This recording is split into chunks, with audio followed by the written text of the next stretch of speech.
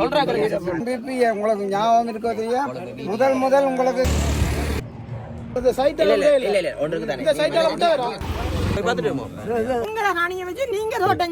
இந்த பகுதியில் அந்த மக்களுடைய முதல் அனுமரா தோழர் சொன்னவர் இப்போ வந்து எவ்வளவு காலம் நாங்கள் என்ன சொல்லுவோம்டா இந்த வகையில அப்படி எங்களுக்கு தெரியும். அனைவருக்கும் வணக்கம். இன்றைய நாள் நாங்கள் நிற்கக்கூடியது வந்து பருத்தித்துறை வீதி. அங்கால காங்கேசன்துறை சந்தி இங்கால பக்கம் போனோம்னா சன்னதி ஆலயத்துக்கு போகக்கூடிய அந்த பருத்தித்துறை வீதியில் நிற்கிறோம். என்ன விஷயம்னா இதுக்கு பின்னால் கூட நீங்கள் பார்க்கலாம் இராணுவத்தினுடைய முகாம்கள் எல்லாமே மக்களுடைய காணியில் இருக்கக்கூடிய இராணுவ முகாம்கள். இந்த காணிகளை விடுவிக்க சொல்லி மக்கள் எத்தனையோ ஆண்டுகளாக தொடர்ச்சியாக போராட்டங்கள் செய்து கொண்டிருக்கணும். இந்த அரசு முதல் இருந்த அரசு, அதுக்கு முதல் இருந்த அரசுன்னு இந்த யுத்தம் முடிந்ததற்கு பின்னர் இந்த போராட்டம் அவர்களிட இது முடிந்ததாக இல்லை, தொடர்ச்சியாக போராடி கொண்டே இருக்கிறார்கள். போராடியவர்கள் பலர் வந்து இறந்து கூட போய்விட்டார்கள். அவர்களுடைய காணிகளை அடையாளப்படுத்துவதற்கு எந்த விதமான ஒரு நடவடிக்கையும் இல்லாமல் இன்றைய நாளில் கூட காலை பொழுது, இன்றைய வெள்ளிக்கிழமை காலை பொழுதில் அந்த மக்கள் இந்த வெயிலுக்குள்ளே வந்திருந்து திருப்பவும் ஒரு போராட்டத்துக்காக வந்திருக்கிறார்கள். இந்த வந்திருக்கக்கூடிய அனுர அரசு கூட பல நல்ல செயற்பாடுகள் செய்து கொண்டு போனாலும் இந்த மக்களுக்கு கொடுக்கப்பட்டிருக்க அந்த வாக்குறுதி, முன்னர் ஜனாதிபதி அனுர குமார திசாநாயக்க யாழ்ப்பாணம் வந்திருந்த போது சொன்னவர் மக்களுடைய காணி மக்களுக்கே கொடுக்கப்படும், கொஞ்சம் கொஞ்சமாக ஆண்டாலும் கொடுக்கப்படும். ஆனால் இப்போ வந்து எவ்வளோ காலம் அந்த மக்களுடைய காணிகள் வந்து இன்னும் அவர்களுக்கு கிடைக்கல. மீளவும் வந்து பலரும் வந்து பலவிதமாக அவர்களுக்குரிய நம்பிக்கையை கொடுத்தாலும் கூட காணி விடுபடும், கொஞ்சம் கொஞ்சமாக விடுவோம்னு சொன்னாலும் இந்த பகுதியில் அந்த மக்களுடைய முதல் பெரிய அளவிலான ஒரு சர்ச் ஒன்று இருந்தது. அந்த சர்ச் வந்து இப்போ தரைமட்டமாக்கப்பட்டிருக்குது.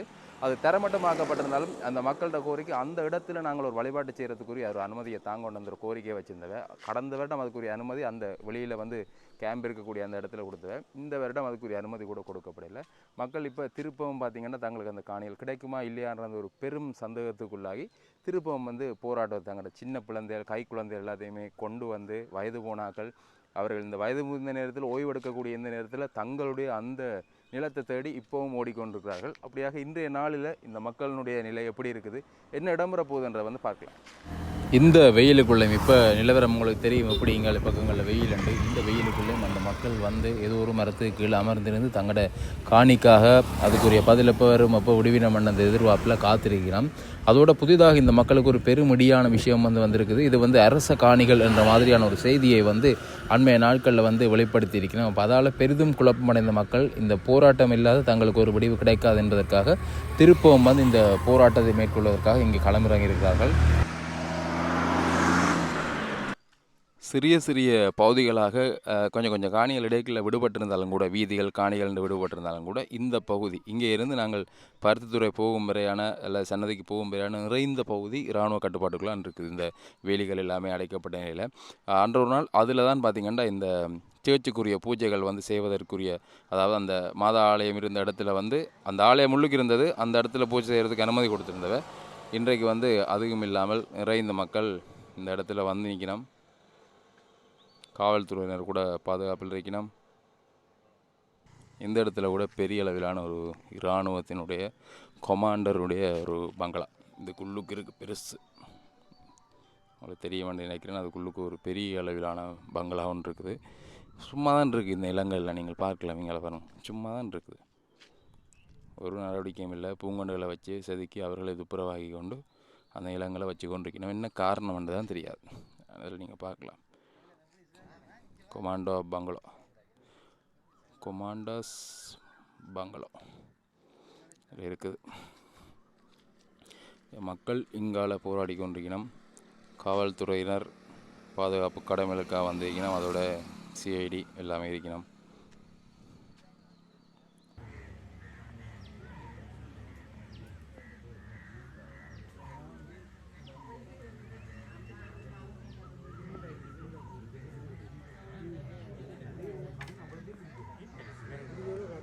மக்களுடைய காணிக்குள்ளே பார்த்திங்கன்னா தங்களுக்கண்டு பெரிதான ஒரு வீதி உள்ளுக்குள்ளே அமைச்சு அந்த உள் வீதிக்குள்ளே வந்து இராணுவம் பயணம் செய்து கொண்டிருக்கிறதை நீங்கள் பார்க்குறீங்கள். மக்கள் வெளியிலேருந்து தங்களோட காணிகளை வந்து பார்த்து கொண்டிருக்கணும். அங்கே இராணுவத்தினர் அதுக்குள்ளால் தங்களுடைய நடவடிக்கைகளை வந்து மேற்கொண்டு கொண்டிருக்கணும். இப்படி தான் நிறைந்த காணிகள் இப்போவும் இருக்குது. மக்கள் ஒரு பெரும் நம்பிக்கையோடு இருந்தவை இந்த அரசில். ஏன்னா இந்த அரசு மற்ற அரசுகள் மாதிரி அல்ல, மற்ற அரசுகள் விட இது எங்களுக்கு நன்மை செய்யும் என்று எண்ணி இந்த இறுதியாக இந்த மக்களுக்கு வந்து இந்த சித்திரை புது வருடத்தன்று ஒரு நல்ல செய்தி கிடைக்கும் என்று காத்திருந்தது. ஆனால் அவைக்கு அந்த சந்தர்ப்பம், அந்த வெற்றி அது ஒன்றுமே கிடைக்கல. இந்த இடத்துல வந்து பதாகைகளை கட்டி வைத்து வந்து தங்களுடைய இந்த ஆர்ப்பாட்டம் இல்லாட்டி இந்த கவன ஈர்ப்பு விஷயத்தை வந்து வெளிக்காட்டி கொண்டிருக்கணும். மிகவும் அமைதியான ஒரு முறையில் இத்தனை ஆண்டுகள் கடந்தும் நமக்கு விடிவில்லை. விமான நிலையத்திற்கான காணிகள் சுவீகரிக்கப்பட்டதா, வருமானம் ஈட்டவா, அதாவது இராணுவம் விவசாயம் செய்து வருமானம் ஈட்டவா இப்படி செய்கிறீர்கள் என்ற மாதிரியெல்லாம் கோஷங்கள் அடங்கியதாக பதாகைகளை தாங்கிய வண்ணமாக பதாகைகளை கட்டி போட்டு இந்த இடத்துல இருந்து போராடி கொண்டிருக்கிறார்கள். தொடர்ச்சியாக இவர்களுடைய போராட்டம் வந்து இடம்பெறும் என்று சொல்லியிருக்கிறோம். அந்த நேரம் தான் இந்த இடத்துல வந்து இளங்குமரன் அவர்கள், பாராளுமன்ற உறுப்பினர் இளங்குமரன் அவர்கள் வருகை தருகிறார்கள்.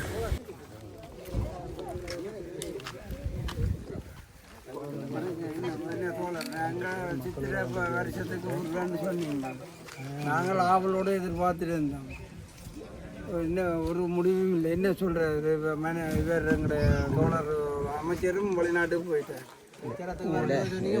ചേച്ചിരിക്കല്ലോ ചേച്ചി ഞാൻ കഥച്ചിനാണ് ശരിയോ കഥച്ച് പിറகு கொடுத்தும் விட்டடன் 55 பேரப்பண்ட அளந்து அதை விட இப்போ நாங்கள் டச் ரோட் இருக்கு தானே, டச் ரோட், அதுல இருந்து கதைச்சு பிரகாசம் சொல்லி பணம் சொல்லி உலகத்துலேருந்து இப்போ கிழக்கு பகுதி விடுறதுக்கான நாங்கள் ப்ரொபோசல்லாம் கொடுத்து கொண்டிருக்கிறோம் அரசாங்கத்துக்கு. இப்போ எங்களுக்கு தெரியும் என்ற தொழில்நுட்ப முதல் பாதுகாப்பு கமிட்டிலேன்னு சொல்லிட்டார். இல்லை பிரச்சனை இல்லை, பாதுகாப்பு கமிட்டியில சொல்லி இருக்கிறார் மக்கள்கிட்ட காணிகளை மக்கள்கிட்ட கையளிக்க சொல்லி ஆணித்தரமே இதில் ஒன்று இருக்கு தானே.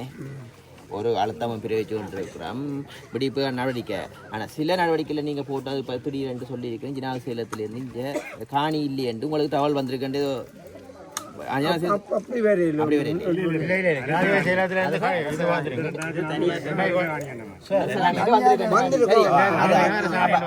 அப்படி இப்ப நாங்கள் இதை வந்து அரசத்தினத்திலிருந்து என்ன தகவல் போயிருக்கேன் அறியணும். இப்ப நானும் இது தொடர்பாக இப்ப டிஎஸ்டையும் கேட்கணும், அடுத்த ஜிஏட்ட கேட்கணும். அதான் நாங்க என்ன ஒன்றுக்கு தானே நாங்க வெளிப்படைத்தன்மையா மக்கள் காணி விடணும். எங்களுக்கு தெரியும் இந்த இடமெல்லாம் சேர்ச்சிருந்தது, இதுல வீடுகள் இருந்தது, மக்கள் காணி என்று வெளிப்படையா தெரிஞ்சு இருக்கிற எல்லாமே கூடுதலும் மனச காணி இல்ல. இந்த காணி 200 பேர்ட்ட காணி ஒரு ஹோட்டலுக்காக வச்சிருக்கணும். 200 பேருங்க எல்லாரும் திக்கா இருக்கணும். மற்றது இதே ஒரு விஷயம், நீங்கள் அனுமரா தோழர் சொன்னவர் வாசூர்ல இருந்து கடைசி கொக்கில் வரைக்கும் எல்லா கூட்டத்துக்கும் நாங்கள் வந்திருக்கிறோம். எல்லாம் சொன்ன ஒரே ஒரு வசனம், மக்கள் இந்த காணி மக்களுக்கு தான். இப்பயும் உறுதியா இருக்கிறோம். சில தகவல்கள் நாங்கள் நடவடிக்கை எடுத்து கொண்டிருக்கிறோம். எப்படி இப்போ ஏர்போர்ட்டுக்கு சொந்தமான காணி 500 ஏக்கர் என்று தான் கிடக்குது. சரியோ, அப்போ எங்களுக்கு ஏர்போர்ட்டுக்கு நாங்கள் சொல்லியிருக்கிறோம். இப்போ கொழும்பு ஏர்போர்ட் வந்து 3000 ஏக்கர். அப்போ இந்த ஏக்கர் ஏர்போர்ட்டுக்கு தேவையான சுயரிச்சு கொண்டு மற்ற காணிகளை விட சொல்லித்தான் நாங்களும் சொல்லி கொண்டிருக்கிறோம். இப்போ குறைஞ்சது ஏர்போர்ட்டுக்கு தேவையண்டா இப்போதைய பெருமை நஷ்டத்தை கொடுங்க, நஷ்டத்தை கொடுத்துக்கொண்டு மேலதிகமாக ஏர்போர்ட்டுக்கு அந்த பில்டிங் கட்டுறது, கடைகள் கட்டுறதுக்கு அந்த உள்வாங்கப்பட்டிருந்தா அந்த கடையில் ஏர்போர்ட் வரைக்கும் அதில் வந்து மக்களுக்கு முன்னுரிமை அடிப்படையில் கொடுக்க வேண்டிய கடப்பாடு இருக்குது. நல்ல அப்போ நாங்கள் என்ன செய்யணும், இப்போ முதல் கட்டமாக இப்போ எனக்கு இதில் அரச காணி என்று வந்தது பிள்ளையான விஷயம் சொன்னது. சரி, பிள்ளையான விஷயம். அப்போ இந்த தகவலை நான் எங்கே செய்யணும், உங்களையும் கூட்டிக்கொண்டு டிஎஸ்சிட்டு தான் கேட்கணும். இப்படி அரச காணி என்று உறுதிப்படுத்தப்பட்டு கொண்டு இப்போ நான் வந்து பார்லமெண்ட் உறுப்பினர் மக்களாது நாங்கள் கருத்து தெரிவிக்கிறோம். அட்மினிஸ்ட்ரேஷனுக்கு தானே, அட்மினிஸ்ட்ரேஷன் தான் அதுக்கு புஷ் பண்ணணும். இப்போ இதில் வந்தது அரச காணி என்று வந்தது ஒரு பிள்ளையான விஷயம். அப்போ நாங்கள் என்ன சொல்லணும், இதில் உண்மையாகவே 4 பேர் 5 பேர் எங்களோட வந்தீங்களா டிஎஸ்கிட்ட போய் கேட்பேன். இப்போ டிஎஸ் கடிச்சு டிஎஸ்சி கேட்க அதில் கேட்டு உறுதிப்படுத்தணும் டிஎஸ்சிൻ്റെ வாயால். அதுக்கு உதாரணம் சொல்கிறேன், எங்களுக்கு டிஎஸ் ஊடாக எங்கெங்கே நாங்கள் இருக்கிறோமோ அந்தந்த ஏஜி ஆஃபீஸில் போய் முந்தி தான் நடுக உறுதியை தாங்கன்னு கேட்டது. இப்போ கம்ப்யூட்டர் மயமாக்கி எங்களுக்கு அதில் ஒரு சிட் ஒன்று தந்திருக்கணும். நாங்கள் தேட தேவையில்லை, நாங்கள் கொண்டு எங்களோட நம்பரை கொடுத்தா எங்களோட காணி இது அது அவையிட்ட தாராளமாக இருக்கு. அவையை சொல்லலாம். அது என்ன இது இவையில் வந்து எப்படி அறிக்கை கொடுத்துருக்கோம், நாங்கள் ஒரு டிஎஸ்கிட்ட போய் 4 பேர் போய் பார்ப்போம், 5 பேர். அதான் நாங்கள் என்ன சொல்றோம்டா சார், என்ன சொல்றோம்டா, இப்போ எங்களுக்கு அரசாங்க அதிபரோ இல்லை பிரதேச செயலாளரோ இது மக்கள்கிட்ட காணியானதை அங்கே இல்லை, அதான் நாங்கள் சொல்றோம். இல்லை அதான் நான் டிஎஸ்கிட்ட போய் 5 பேர் கேட்போம், நீங்கள் கொடுத்துருக்கிறீங்களா, கொடுத்ததுக்கான ஆவணம் இருந்தால் தாங்க, நாங்கள் இதை கொண்டு திருப்பி ஜினாத சேலத்திற்கு வேண்டி வேண்டி கொண்டு கொடுக்க வேண்டிய பொறுப்பு இருக்குது. அடுத்தது இவா கொடுக்குற இல்லையே, இவா அடுத்தது ஜிஏக்கு அனுப்பியிருப்பா. அப்போ ஜிஏ அனுப்பினவர்கள் வந்து பார்க்கணும். அப்போ இந்த டாக்குமெண்ட்ஸ் ஜிஏட்டேந்து பண்ணிக்கிட்டு இங்கேருந்து வந்த டாக்குமெண்ட் இவாட்ட டாக்குமெண்ட்ஸை வேண்டுவோம், அப்புறம் ஜிஏட்டக்கு வேண்டுவோம் போய் கேட்பாங்க. ஜிஏட்டேந்து கொண்டு எடுத்ததாக ஜிஏட்டே இருந்து அனுப்பினதுக்கான எந்த டேட்டில் நீங்கள் அனுப்பியிருக்கிறீங்கள், என்ன டேட் என்று ரிஜிஸ்டர் போஸ்ட்ல ஏதாவது போஸ்ட்லாம் அனுப்பியிருப்பேன் உறுதிப்படுத்தி, அதுக்கான தர வச்சிருப்பேன். அனுப்பின டாக்குமெண்ட்ஸ் என்ன டேட்டில் என்று சொல்லிக்கொண்டு ஜனாதிபதி சேலத்துக்கு போவான். அப்போ ஜனாதிபதி சேலத்தில் வந்திருக்கா, அப்போ ஜனாதிபதி சேலத்திலே இன்ஜினியரம் அங்கே இருக்க அதிகாரிகள் மிஸ்யூஸ் பண்ணியிருக்கிறோமா அல்லது இந்த அதிகாரிகள் மிஸ்யூஸ் பண்ணியிருக்கிறோமோ நாங்கள் ஆராய வேண்டிய தேவை இருக்குது. அதுதான் எங்களால் செய்ய முடியும். அப்போ ஆறு இதில் பிளவிட்டிருக்கிறேன். என்னடா இப்போ உங்களுக்கு வந்த தகவலின்படி நீங்கள் எடுத்து வச்சிருக்கீங்களே என்னட்டு வந்தது உங்கள்கிட்ட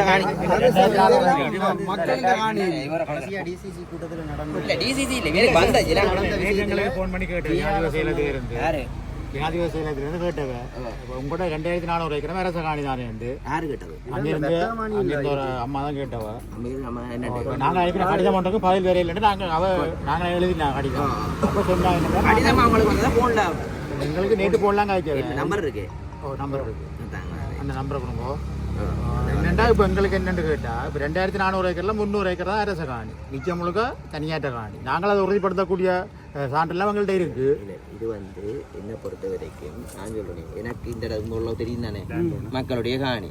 அப்போ இது இவ்வளோ காலமாக போராடி கொண்டு இருக்கிறாங்க, இவ்வளோ இடம் வாடகைக்கு இருக்கிறாங்க, இவ்வளோ பேர் திருமணம் அழுகுறாங்க, திருமணம் பிள்ளைகளுக்கு சீதனம் கொடுக்குறாங்க. எனக்கு போய் நான் இது ரெக்கார்ட் கூட அந்த ஒரு அம்மா அழுத ரெக்கார்ட் கூட வீடியோ எடுத்துக்கொண்டே அந்த தொழிலுக்கு போட்டு காட்டினேன். அப்போ எங்களுக்கு நம்பிக்கை இருக்குது இந்த ஆட்சிக்குள்ளே பெரும்பாலான காணிகளை விடுவிச்சிடும். இப்படியாவது ராய் பண்ணி மக்கள் ஏனென்றா பிள்ளைகள் வெட்டிங் பண்ணிட்டு சீதனம் கொடுக்கலாமல் இருக்கு, சில சீதனம் கொடுக்கலாத திருமணம் செய்யாமல் இருக்கணும். இங்கே இருக்கிற ஒரு ஆள் மாணிப்பால் இருக்கிறா, ஆனால் விடக்கூடிய சொந்தம் அவடையெல்லாம் கழிச்சாலும் ரெக்கார்டம் கொண்டு காட்டினான். அப்போ எங்களுக்கு நம்பிக்கை இருக்கிறத உஸ் பண்ணி விட்டால் அவங்களோட வாழ்க்கையில் ஒரு செந்தளிப்பு ஏற்படும். அவங்களோட குடும்பத்தில் இங்கே ஒன்று இருக்குது சீதனம் கொடுக்குற முறை. அப்போ மாணிப்பால் வாடகைக்கு இருக்க சீதனம் கொடுக்க காசு இல்லை. அப்போ அல்லது அவையில் சொல்லிட்டோம் எங்களுக்கு வித்து போட்டால் அவையில் மாணிப்பால் பண்ணுறதுக்கு இந்த காணியை விட்டால் தானே ஏதாவது அவையில் அடுத்த நடவடிக்கை போகலாம். ஆனா நாங்களே காணிக்கு காசு தேவையில்லை, நஷ்டம் எங்களோட காணி எங்களோட காணி அவையில் வந்து என்ன சொல்லி இருக்கிறோம், அவையில் நாங்கள் விட்டா தானே அடுத்த நடவடிக்கை இப்போ கட்டணம் கட்டினோம் அந்த விமான நிலைய பக்கத்தில் அதெல்லாம் மக்களோட காணிக்காக கட்டினோம். இது அரச காணி என்று கேட்டால் சொல்லி கேட்டால் இது மக்களுடைய காணி, எங்களோட காணிகளை கட்டணம் கட்டுப்படுது. பாதுகாப்பு காய்ச்சிருந்தது சரியோ, பாதுகாப்பு காய்ச்சிருந்தது சரியோ, நாங்களும் தெரிவிச்சிருக்கிறோம். அப்போ எங்களுக்கு நம்பிக்கை இருக்குது மக்களுடைய காணியை கையளிக்கணும். இது முந்தியே அந்த ஹாஸ்பிட்டல் தேவை என்று சொல்லி முன்னைய காலத்திலேயே அதுக்கான அவையில் நான் முந்தி இருக்க தெரியும் தானே சுயரிச்சு தெரியும் அவங்க வச்சுட்டு அந்த ப்ரொபோசல் வந்து இப்போ நிதி வந்துட்டு தானே அரசாங்கத்தில் நிதி இருக்குது. நிதி இருக்கணும்னா அந்த பாஸ் பண்ணப்பட்ட நிதி கூடாக நடந்து கொண்டு இருக்குது. எங்களுக்கு நம்பிக்கை இப்போ என்னென்னா மைத்திலி அரசாங்கம் இருக்கேக்கில் தான் எங்களுக்கு இந்த இடம் எல்லாம் ரிலீஸ் ஆகினது. இந்த அனுரா சோழர் வந்து ஒரு வருஷத்தை முடிஞ்சுது, 3-2 பெரும்பான்மை வந்தவர். சரி, இன்றைக்கு ஒரு இதுக்குள்ள எனக்கு 1.5 பிறப்பு காணி இருக்கு. இன்றைக்கு ஒரு துண்டு நிலம் கூட மக்கள் இந்த காணி விட இல்லை இதுவரை. இந்த சைட்டால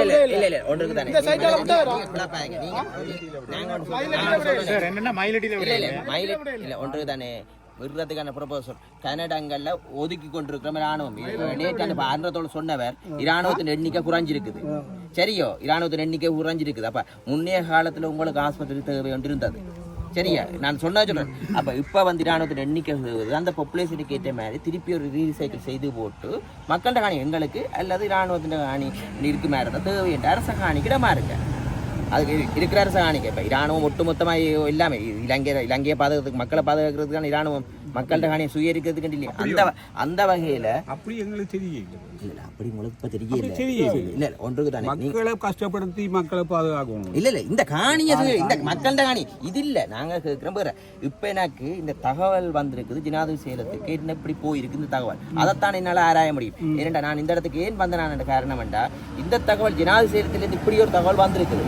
அப்போ அந்த நம்பரையும் எடுத்துக்கொண்டு போய் டிஎஸ்கிட்டே இருந்து இந்த தகவல் நீங்கள் இப்படி அனுப்பியிருக்கிறீங்க ஜிஏட்டையும் போய்க்கிறோம். அப்போ இதில் யார் பிளவிட்டு ஆராய்ச்சி சொல்லணும். ஏன்னா அந்த நாங்கள் வந்து கதைக்கிறது அந்த தகவல் போய் சேரிக்கலாம் அந்த நடைமுறை இருக்குது. அப்போ இந்த தகவலை பொறுமுறை நான் பார்த்து ஆராய்ச்சி சொல்லணும். இப்போ நீங்கள் என்னோட வர்றேன்டா டிஎஸோட சந்திக்கிறதுக்கு டிஎஸ் காய்ச்சி போட்டு ஒரு 5 பேர் வாங்க என்ன தகவல் கொடுத்துருக்கா உங்களுக்கும் தெரிய வருது. அதில் வந்து என்ன தகவல் கொடுவட்டுருக்கண்டு யாரில் பிளவிட்டு இருக்குது அல்லது இந்த அட்மினிஸ்ட்ரேஷன் ஜனாசீலத்தில் பிளவிட்டு இருக்குதா அல்லது இஞ்ச பிளவிட்டு இருக்கிறோமா அந்த தகவலை ஆராய்ச்சி நான் சொல்கிறேன் உங்களுக்கு. இப்போ நாங்கள் போயிட்டு ஏடிஎம் அடுத்ததா இந்த தகவலை எங்கிட்ட இப்போ அனுப்பியிருக்கிறீங்களோட அடுத்தது இந்த நம்பரையும் என்கிட்ட தாங்க எடுத்துட்டீங்க என்ன லேண்ட்லைன் நம்பரை ஏர்போர்ட்டுக்கு இவ்வளவு காணி தேவையில்லை.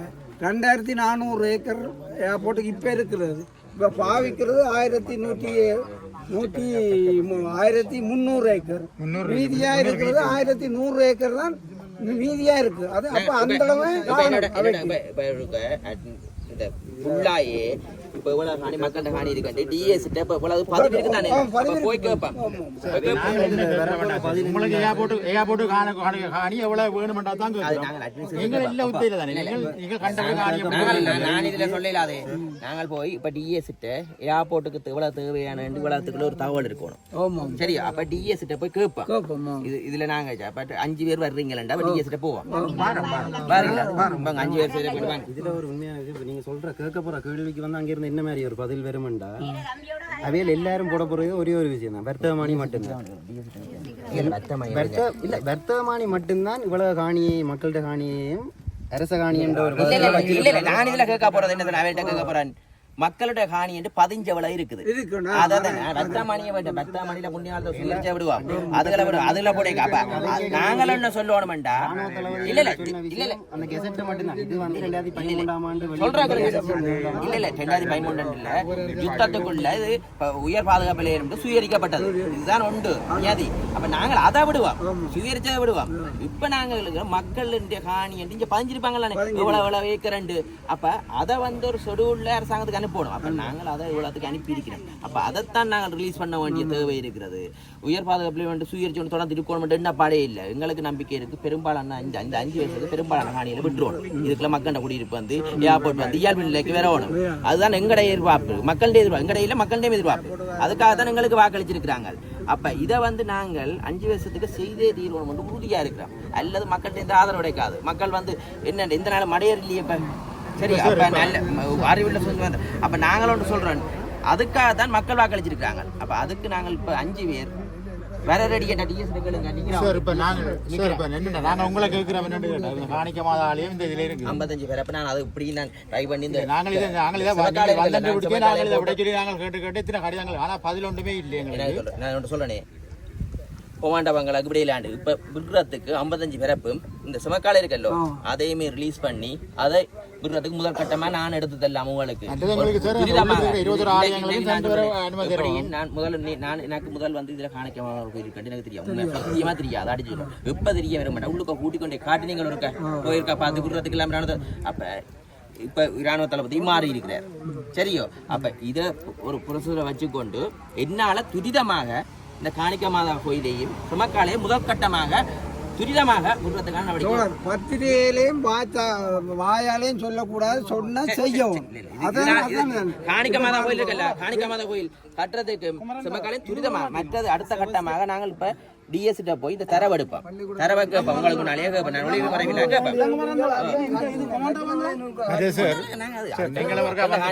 அந்த தரவுக்கு கொடுப்போம் சார் நீங்கள் வந்து பாத்தீங்கன்னா கலைமகள் பள்ளிக்கூடம் என்ன சூழலுக்கு இயங்குதுன்றதை நீங்க பாத்துருவீங்க சுற்றுச்சூழல் அவசியம் 5 பேர் முக்கியமானாக்கள் நல்லா கதைக்கக்கூடியாக்கள் இதே மாதிரி செபஸ்தியா கோயில் வந்து 99 பூமிக்கு 5 பேர் வாரீங்களா 5 பேர் வாங்க வந்து போட்டு பிறகு தம்பி கேட்டுட்டு நான் அடுத்த அந்த தரவை எடுத்து டிஎஸ் ஜிஏட்ட போறேன் ஜிஏட்ட போய் அங்க இந்த மாதிரி அனுப்பியிருக்கேன் அனுப்பியிருக்கேன் தகவல்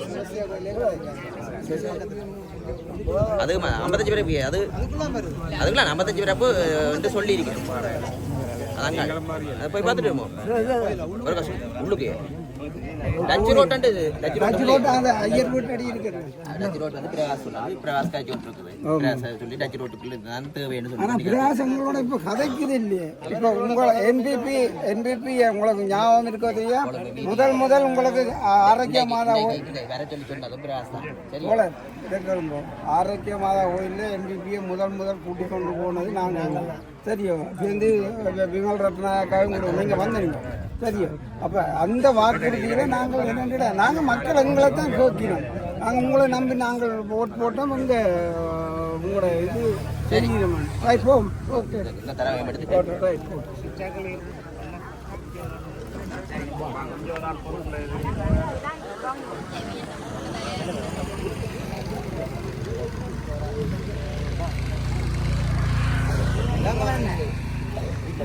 அப்படியாக இப்பொழுது பிரதேச செயலகத்திற்கு வந்து செல்கிறார்கள். காரணம் இது அரச காணியா இல்லையா என்ற அந்த செய்தி தெரிவிக்கப்பட்ட செய்தி உண்மையா இல்லாட்டி அது எங்கே இருந்து எப்படி தெரிவிக்கப்பட்டது என்பது தொடர்பான விவரங்களை அறிந்து கொள்வதற்காக போராட்டக்காரர்கள் உட்பட 5 உட்பட அவருடன் இணைந்து பாராளுமன்ற உறுப்பினரும் அந்த பிரதேச சபைக்கு இந்த நிலைப்பாடு என்ன என்பது தொடர்பாக அறிவதற்காக செல்கிறார்கள். எங்களை பாட்டன் பூட்டன் எங்களுக்கு அன்பளிப்பா தந்த காணிகளை நீங்கள் வந்து எங்கேயோ இருந்து வந்து எங்களோட நாட்டுக்குள்ள நிற்கிறீங்க. உங்களோட தேசத்தில் போய் இருங்கப்பா, எங்களை விடுங்கோ. நாங்கள் ஒரு பக்கம் இருப்போம், விடுங்கோ. இந்த கடல் இருக்கு, மீன் பிடிப்போம், காணி இருக்கு, தோட்டம் செய்வோம். எங்களை விடுங்கோ. எங்களை விட்டுட்டு நீங்கள் ஒதுங்குங்கோ. உங்களை நாங்கள் இங்கே எங்களை கேட்க இல்லை, சரியா? எங்கட காணி, எங்கட நிலம், எங்கட கோயில், எங்கட சவக்காலையே இடத்தையும் விட்டு என்ன செய்யப்படுங்க? மக்களை விடாம சவக்காலே 55 பிறப்பு கோயில் காணியை விட்டு என்ன செய்ய போறீங்க? எங்கட காணிகளை விட்டுட்டு நீங்கள் விலத்துங்கோ, உங்கள் இடத்துக்கு போங்கோ. அதுதான் நாங்கள் சொல்றோம். எங்கட காணியை வச்சு நீங்க தோட்டம் செய்கிறீங்க. நாங்கள் எவ்வளவு அவசரப்படுறோம் தெரியுமா?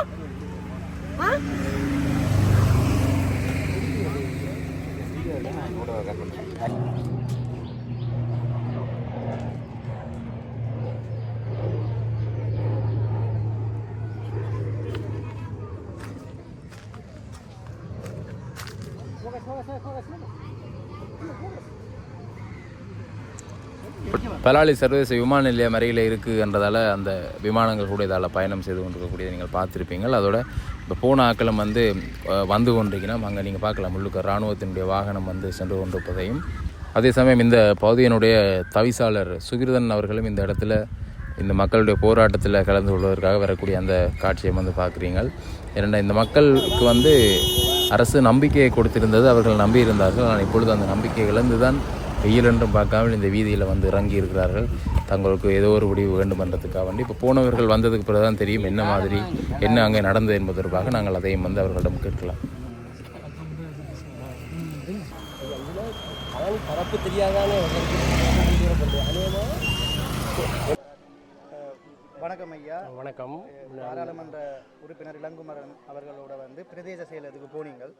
அதுக்கப்புறம் என்ன ஐயா நடந்தது? நாங்கள் அங்கே போய் கதைச்சு நாங்களே கூட்டிக் கொண்டு எங்களை அங்கே இது அரச காணிகளாக இதாண்டு அவர் எங்களுக்கு தெரியப்படுத்துறது ஒன்று அவைகளை கேட்குறதுக்கு அரசாங்க அதிபரமான கேட்குறதுக்கு கூட்டிக் கொண்டு போனவர் கதைக்கு போனோம். அங்கே போய் கதைச்சால் அது எங்கட காணிகள் தனியார் காணியார்ன்னு சொல்லி தான் அங்கே எங்களுக்கு லீட்டர்ஸாக அவை வச்சிருக்கணும். அரசாங்க அதிபர் மாதிரி வச்சிருக்கணும். அது எங்களுக்கு அவ்வளோத்தையும் எங்களுக்கு எடுத்து அவர் தண்டை முன்னிலையில் வச்சு இது உங்களோட காணிதானன்ட்டு இங்கே அரசாங்கம் சொல்லி வச்சுருக்குது.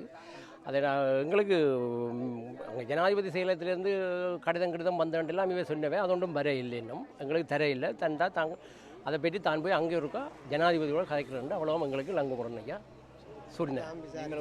தான் விசாரித்து சொன்னேன். நாங்கள் அதை பற்றி ஒன்று நாங்கள் நாங்கள் அதை பற்றி திருப்பி எங்களோட போராட்டம் நாங்கள் தொடர்ச்சியாக செய்கிறோண்டு நாங்கள் இருக்கிறோம். அவர் போராட்டத்தை பற்றி போராட்டம் நீங்கள் அதை பற்றி பிரச்சனை இல்லை. இல்லை நாங்கள் தொடர்ச்சியாக ஒவ்வொரு கிழமையும் தொடர்ச்சியாக செய்ய போகிறோம் ஐயா. அப்படியாக இந்த மக்கள் ஒவ்வொரு கிழமையும் வெள்ளிக்கிழமையில் தொடர்ச்சியாக இந்த போராட்டங்களை முன்னெடுக்க இருப்பதாக தெரிவிச்சிருக்கணும். அங்கேயும் எந்த விதமான தீர்வும் கிடைக்கவில்லை. அங்கே கதைக்கிறோம் இங்கே கதைக்கிறோம் என்று சொல்லியிருக்கிறார்கள், தீர்வு கிடைக்கவில்லை. சென்று திரும்ப வந்திருக்கிறார்கள். கவலையுடன் தான் இந்த இடத்திற்கும் வந்திருக்கிறார்கள். தாங்கள் இறப்பதற்கு முதலென்றாலும் அந்த காணிகளை பார்க்கணும், தங்களோட பிள்ளைகளுக்கு அதை அடையாளப்படுத்திட்டு செல்லணும், தங்களோட பேர பிள்ளைகளுக்கு அதை காண்பிக்கணும். தாங்கள் இல்லாட்டி அதை காட்டுறதுக்கு ஆக்கள் இல்லை என்ற அந்த ஆதங்கத்தோடு இந்த மக்கள் தொடர்ச்சியாக இந்த இடத்துல வயது முதிர்ந்தவர்கள் நிறைந்தவர்கள் நாங்கள் பார்க்கிறோம். 2 இளமாக்களுக்கு இந்த காணி எங்கே இருக்குன்றதே பெருசாக தெரியாது. ஒரு சிலர் இருந்தாலும் மற்றவர்களுக்கு தெரியாது. அப்போ அதால் இந்த மக்களுடைய போராட்டம் தொடர்ச்சியாக இடம்பெறுகிறது. முடிந்த அளவுக்கு முடிந்தவர்கள் அவர்களுக்கு ஆதரவை வழங்குங்க. அரசாங்கமும் வெகு விரைவில் இந்த மக்களுடைய காணியை விடுவிக்க வேண்டும் என்று நாங்கள் கேட்டுக்கொள்கிறோம்.